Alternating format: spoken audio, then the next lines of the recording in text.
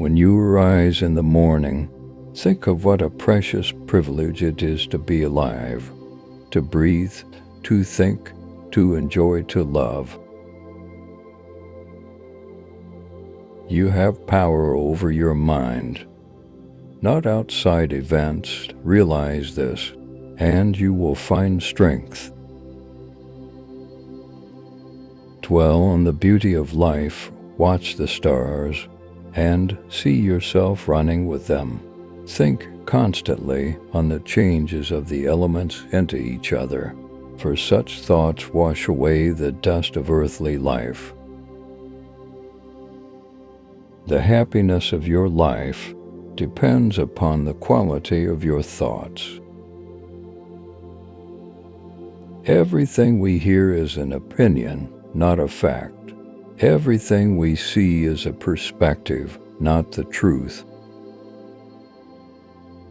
Waste no more time arguing about what a good man should be. Be one. How much more grievous are the consequences of anger than the causes of it? The best revenge is to be unlike him who performed the injury. Accept the things to which fate binds you, and love the people with whom fate brings you together, but do so with all your heart. The soul becomes dyed with the color of its thoughts.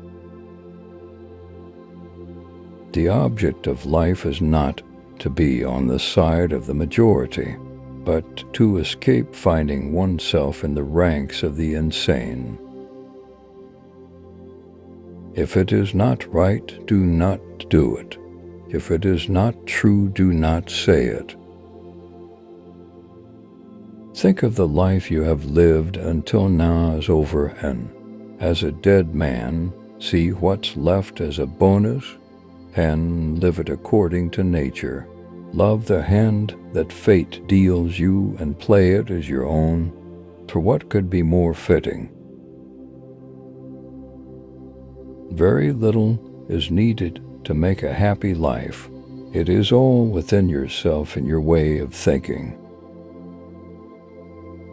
Let men see, let them know a real man who lives as he was meant to live.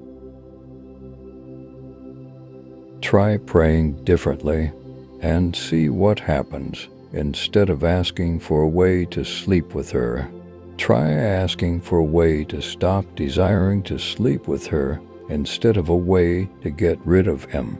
Try asking for a way to not crave his demise instead of a way to not lose my child. Try asking for a. The memory of everything is very soon overwhelmed in time. Do not indulge in dreams of having what you have not, but reckon up the chief of the blessings you do possess, and then thankfully remember how you would crave for them if they were not yours. I have learned to read with diligence, not to rest satisfied with a light and superficial knowledge, nor quickly to assent to things commonly spoken of. You shouldn't give circumstances the power to rouse anger, for they don't care at all. It is the responsibility of leadership to work intelligently with what is given, and not waste time fantasizing about a world of flawless people and perfect choices. The mind freed from passions is an impenetrable fortress. A person has no more secure place of refuge for all time. That cucumber is bitter, so toss it out. There are thorns on the path, then keep away. Enough said. Why ponder the existence of nuisance? A man's worth is no greater than the worth of his ambitions. You have been formed of 3 parts body, breath, and mind. Of these, the first 2 are yours insofar as they are only in your care. The third alone is truly yours. The best answer to anger is silence. Don't return to philosophy as a taskmaster, but as patients seek out relief in a treatment of sore eyes or a dressing for a burn, or from an ointment. Regarding it this way, you'll obey reason without putting it on display and rest easy in its care. Never let the future disturb you. You will meet it, if you have to, with the same weapons of reason which today arm you against the present.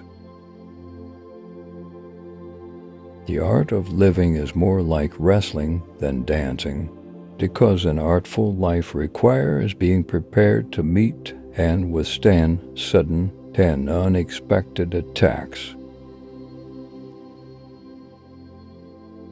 No random actions, none not based on underlying principles.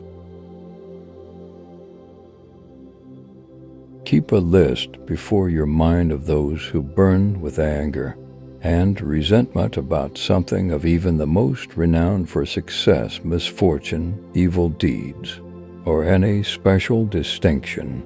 Then ask yourself, how did that work out? Smoke and dust, the stuff of simple myth trying to be legend.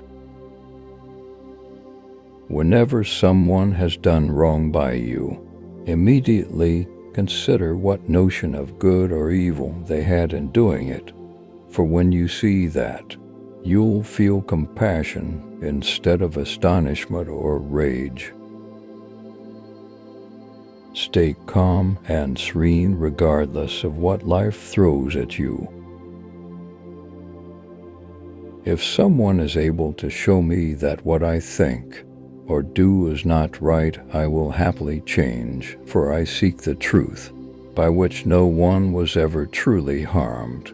It is the person who continues in his self-deception and ignorance who is harmed. Dig deep within yourself, for there is a fountain of goodness ever ready to flow if you will keep digging.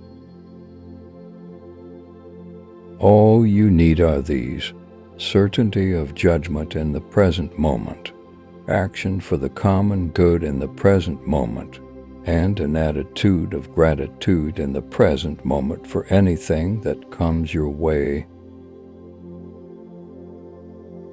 What we do now echoes in eternity. Understand at last that you have something in you more powerful and divine than what causes the bodily passions and pulls you like a mere puppet. What thoughts now occupy my mind? Is it not fear, suspicion, desire, or something like that? There is no nature which is inferior to art, for the arts imitate the nature of things. If you like being alone, it's a sign that you have inner strength and independent thinking. Whenever you are about to find fault with someone, ask yourself the following question: what fault of mine most nearly resembles the one I am about to criticize,